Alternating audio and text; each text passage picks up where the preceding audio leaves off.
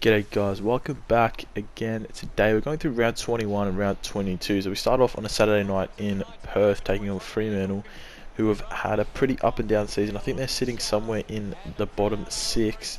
So this one was looking to be a bit of an easy game. We're obviously sitting at third on the ladder at the moment. We come out though early on in the game, about the 4-minute mark, push the ball forward. It was Jack Steele getting it out to Hanbury and Butler, who got away and found Membry on his own. But this one was a very windy night, so we go back and have a look. Just adjusted this one properly and did find the first goal of the game 4 minutes in. Then it didn't see another goal until the third quarter, where here McCarthy went long. He was sitting there for Webster. He spilt the mark and Pearce ran in and kicked the goal. A big mistake, very costly one. Straight out of the middle though, the Saints were looking to make an impact. Jack Steele getting away. He hit Abbott there deep. As in this game as well, for these couple of games, we didn't have Paddy Ryder, so Abbott came into the squad, and with this wind, he just put it across the face, so making his debut for the club in these next couple of games. Before Paddy Ryder returns for finals here, King was sent forward. Looked to go quickly with a little handball. It just became messy very quickly. Here was Gresham, and in the end, I think it found its way through for a rush behind. So 4-point lead, a very sloppy contest. Minutes later though, it was Sinclair finding the room and kicking an unbelievable goal to give us a 10-point lead. And then just before three-quarter time, Fife also put a goal through. And then early in the final quarter, straight out of the middle, it was Fremantle going through lob towards Collier, who had a chance to put them in front for the first time in this match. And he did just that from outside 50, a little bit left and right, but they found their way there.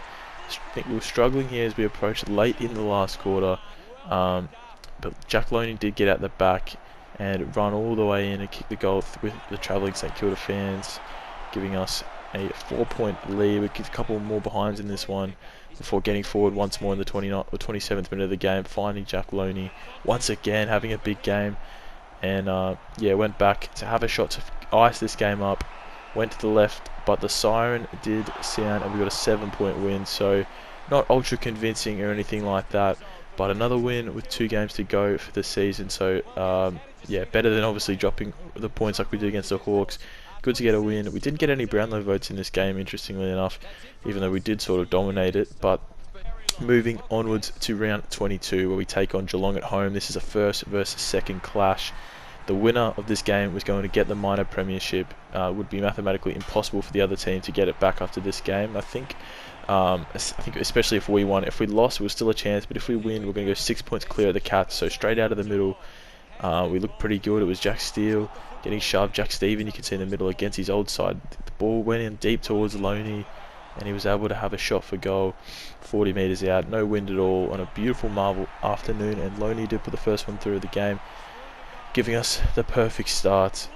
Geelong found a goal of their own before we went forward here with Ben Long, who was smashed by Lockie Henderson, and went back and put the Saints in front by a goal again. So a very hot contest early on, but it was the Saints finding a couple of early goals and get the lead. Just before quarter time though, the ball got out to Paddy Dangerfield taking a big mark, and it went back from outside 50 to level up the scores, and did just that. It just made the distance. Looked a little bit unsure, but he did find it, giving the lead at quarter time. Making it level at quarter time. Here it was Max King, who's in great form. He saw Membry, you can see him out the back. Perfect kick, it was all on his own. Turned around, played on, had a shot for goal and hit the post. Very unfortunate.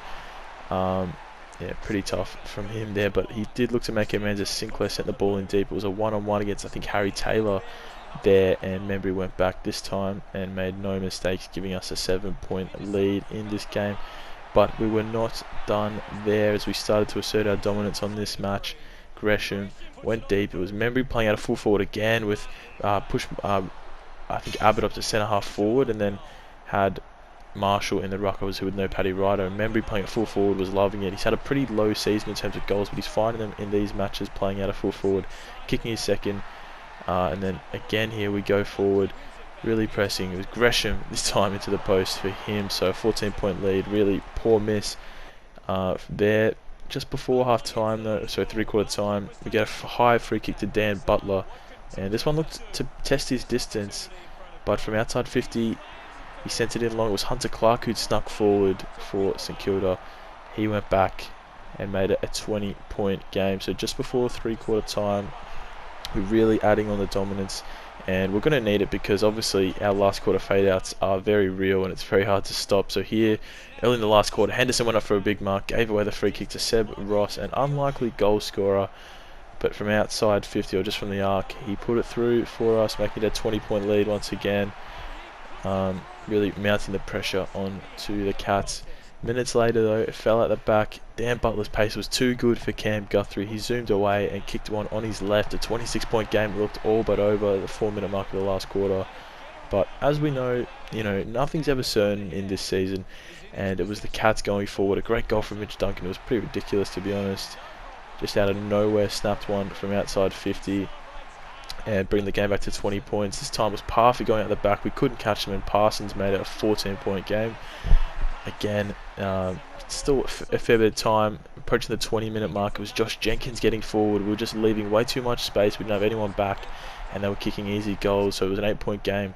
Here's Cockatoo. He found Jack Stephen against his old team, and has a real chance to hurt his old side and bring it back to a 2-point game. From about 25 out on a pretty good angle though, Jack Stephen went back, put it straight through the middle. So the Cats were chasing this minor premiership spot. They didn't want to give it up without a fight, and they reduced the margin to just 2 points.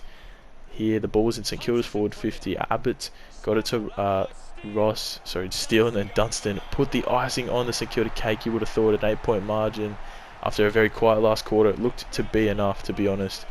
And at the centre bounce, then 29 minutes gone, Geelong were just hurrying the ball forward.